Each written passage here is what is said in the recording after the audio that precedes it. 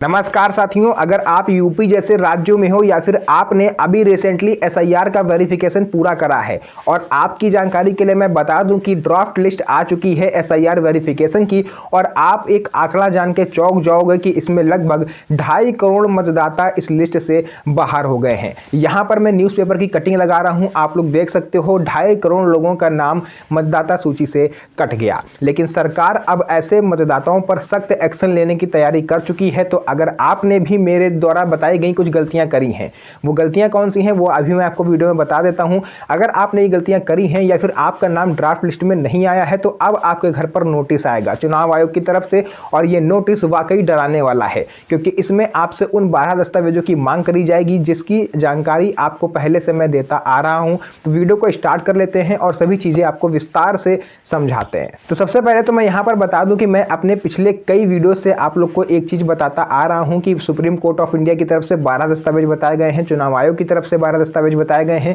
आपको ये दस्तावेज पहले से तैयार करके रख लेने हैं। बहुत से लोगों ने तैयार करे भी और कुछ लोगों ने इसको एक अफवाह मान के ऐसे ही उड़ा दिया। अब ऐसे लोगों के ऊपर सख्त एक्शन होने जा रहा है क्योंकि आपके पास दस्तावेज है नहीं और सरकार आपसे दस्तावेजों की ही मांग करेगी। अब किन लोगों से दस्तावेज मांगे जाएंगे, चलिए उनकी पहले बात कर लेते हैं। तो एसआईआर फॉर्म भरने के दौरान जिन लोगों ने 2003 की वोटर लिस्ट वाला ऑप्शन खाली छोड़ दिया, यानी आपका या आपके परिवार में किसी का भी नाम 2003 की वोटर लिस्ट में नहीं था, तो सबसे पहले इन लोगों पर एक्शन होगा क्योंकि 2.5 करोड़ में लगभग 1 करोड़ 40 लाख लोग ऐसे हैं जिन्होंने 2003 की वोटर लिस्ट की मैपिंग का वाला कॉलम खाली छोड़ दिया, यानी कि उनके घर में किसी का नाम भी 2003 की लिस्ट में था ही नहीं। तो ऐसे लोगों को जो नोटिस है वो ऐसे लोगों के पास सबसे पहले आ रहा है। और मैं यहाँ पर कोई भी बात हवा में नहीं बोल रहा हूँ, न्यूज़ कटिंग मैंने आपको स्टार्टिंग में ही दिखा दी है, आप लोग पढ़ भी सकते हो कि अब लीगल एक्शन सरकार लेने जा रही है। अब क्या होगा इस नोटिस में, कौन कौन से दस्तावेज आपसे मांगे जाएंगे, कौन कौन सी गलतियां आपने करी हैं, कैसे उसे सुधारा जाएगा, चलिए उसके बारे में थोड़ी सी बात कर लेते हैं। तो मैं यहाँ पर आपको बता देता हूँ कि कौन कौन सी ऐसी गलतियां हैं जो बहुत से लोगों ने करी हैं।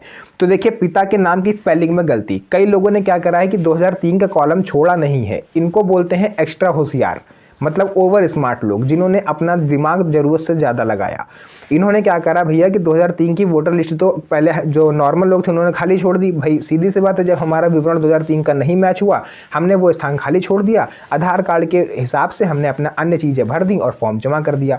ये तो थे सिंपल लोग। अब इससे ऊपर आते हैं ओवर स्मार्ट लोग, जिन्होंने क्या करा भैया कि 2003 की जो वोटर लिस्ट थी उसमें घर के किसी मेंबर का नाम मिला नहीं, लेकिन उन्होंने जुगाड़ क्या लगाया, चलिए मैं आपको बताता हूं और वाकई आपको सुन के हंसी आएगी। लोगों ने क्या करा, जैसे 2003 में मान लीजिए कोई व्यक्ति है जिसका नाम है राकेश, उसके पिता का नाम है राजेंद्र और माता का नाम है शांति देवी। ठीक है, बच्चे का नाम राकेश यानी जो व्यक्ति है उसका नाम राकेश, वो माता पिता का नाम है राजेंद्र और शांति देवी। तो उन्होंने क्या देखा इन तीनों लोगों ने कि हमारा नाम 2003 की वोटर लिस्ट में तो है नहीं। तो उस जो बच्चा था राकेश, लड़का था, उसने क्या करा कि उसने अपने जो ताऊ थे, मतलब उनके बड़े पापा या सगे संबंधी रिलेटिव जो भी आप कह सकते हो, उनका नाम 2003 की वोटर लिस्ट में था। तो उन्होंने, उनका नाम था सुरेंद्र, और उसने बच्चे ने, राकेश ने क्या करा, लड़के ने, कि उसने अपने रिश्तेदार का नाम जो है 2003 की वोटर लिस्ट में डाल दिया अपने घर का मेंबर बताते हुए, मतलब पिता का नाम ही चेंज कर दिया। राजेंद्र पिता का नाम था, उसकी जगह पर उन्होंने सुरेंद्र डाल दिया। कई लोगों ने क्या करा है, ये तो थी धांधली, ये इसको बोलते हैं फर्जीवाड़ा। एक एक घर से आप मानोगे 10-10 फैमिलियों ने रजिस्टर्ड करवाया है। ये मैं नहीं कह रहा, ये आंकड़े कह रहे हैं जो निकल के सामने आए हैं। किसी के घर में मान लीजिए कोई गुप्ता जी हैं, उनके घर में वर्मा जी का भी नाम है, उनके घर में खान साहब हैं, उन्हीं के घर में मोहम्मद साहब हैं। कई लोग एक ही घर पर उन्होंने लोगों ने करवा लिया, और केवल इस चक्कर में कि 2003 की वोटर लिस्ट में हमारा नाम नहीं है, या यूं कह लें कि उन्हें जानकारी नहीं थी, जिस वजह से उन्होंने घोटाला इसमें करा। ये चीज़ क्लियर हो गई। इसके अलावा दूसरा वर्ग आता है नॉर्मल गलतियों वाला, जिसको बोलते हैं ह्यूमन एरर।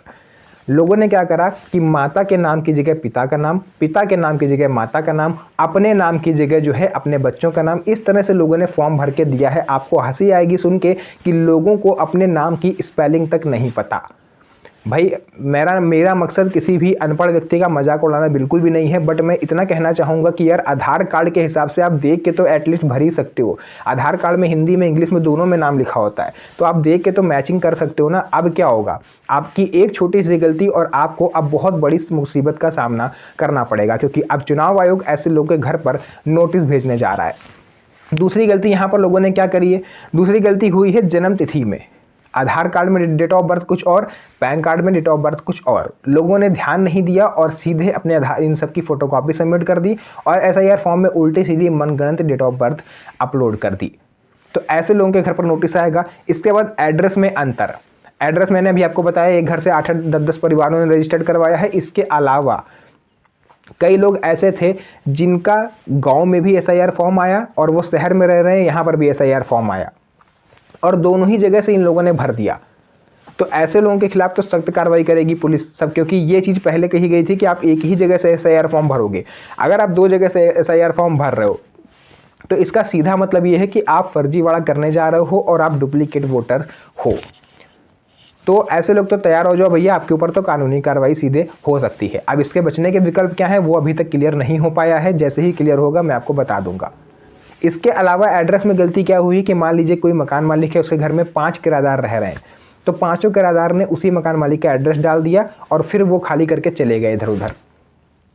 तो ऐसे लोगों के भी एड्रेस मिसमैच हुए हैं, है ना, नाम की स्पेलिंग मिसमैच हुई है। कुल मिला के बहुत सारी गलतियां हुई हैं और एसआईआर फॉर्म ठीक से वेरीफाई भी नहीं हुआ है। इसमें कुछ गलती बीएलओ की तरफ से भी हुई है। अब ओवरऑल कुछ भी हुआ हो, अब नोटिस कैसा होगा, उसमें क्या लिखा होगा, चलिए उसके बारे में बात करते हैं। अभी तक आई जानकारी के मुताबिक चुनाव आयोग एसआईआर वेरिफिकेशन ठीक से न करा पाने पर लोगों के घर पर नोटिस भेज रहा है। उस नोटिस में 2 पेज होंगे, यानी 2 पन्ने का ये नोटिस होगा। फ्रंट पेज जो होगा उसमें उस नोटिस से रिलेटेड चीज़ें लिखी होंगी कि आपको क्या करना है, कैसे करना है, सब कुछ विवरण। और दूसरे पन्ने पर यानी सेकंड पेज पर आपके 12 दस्तावेजों की सूची उसमें लिखी हुई होगी। सभी दस्तावेज लिखे हुए होंगे कि कौन कौन से दस्तावेज आप लेके जाओगे और अगर आपके पास वो नहीं है तो फिर आपके पास क्या ऑप्शन है। ईआरओ, अभी तक बीएलओ थे आपके मोहल्ले में, अब आपको ईआरओ के सामने हियरिंग पर बुलाया जाएगा। सुनवाई में आपके घर पर नोटिस आएगा। नोटिस मिलने के ठीक 7 दिन के अंदर आपको उनके सामने उपस्थित होना है। फॉर एग्जांपल 10 फरवरी को आपके पास नोटिस आएगा। 10 फरवरी से 17 फरवरी के बीच में आपको ईआरओ के समक्ष उपस्थित होना है अपने उन दस्तावेजों को लेकर के।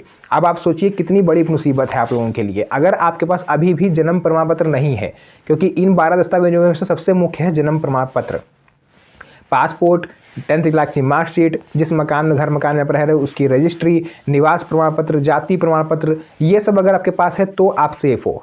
अदरवाइज फिर आपको भगवान ही बचाए फिर क्या हो सकता है, या फिर इसका रिजल्ट क्या होगा, आपका नाम वोटर लिस्ट से काट दिया जाएगा और आगे आने वाली एनआरसी में आपको मुसीबतों का सामना करना पड़ेगा और आपके नागरिकता की जांच तक की जा सकती है। तो जन्म प्रमाण पत्र कैसे बनाना है, आपके पास जन्म से रिलेटेड कोई दस्तावेज नहीं है, कुछ नहीं पता है, समझ में नहीं आ रहा है क्या करें, दिमाग काम नहीं कर रहा है, तो कोई प्रॉब्लम वाली बात नहीं है। मैंने जस्ट अभी इस पर एक वीडियो बनाया है कि किसी भी उम्र में अगर आप हो तो अपना बर्थ सर्टिफिकेट यानी जन्म प्रमाण पत्र आप कैसे बना सकते हो, तो उसे आप जल्दी से जाके देख लीजिए। वहाँ पर मैंने पूरी ठीक तरह से बताया है कि कैसे 15 दिन के अंदर आप अपना जन्म प्रमाण पत्र बनवा सकते हो। बाकी आपको अगर कोई और जानकारी चाहिए हो, कोई भी ऐसी चीज़ जो आप मेरे से पूछना चाहते हो, कमेंट सेक्शन में आप लिख के पूछ सकते हो, उसका रिप्लाई मैं आपको दे दूंगा। तो फिलहाल के लिए आज की इस वीडियो को यहीं तक रखते हैं, फिर से मुलाकात होगी आप सभी से एक और नई मज़ेदार वीडियो में। तब तक के लिए धन्यवाद, जय हिंद।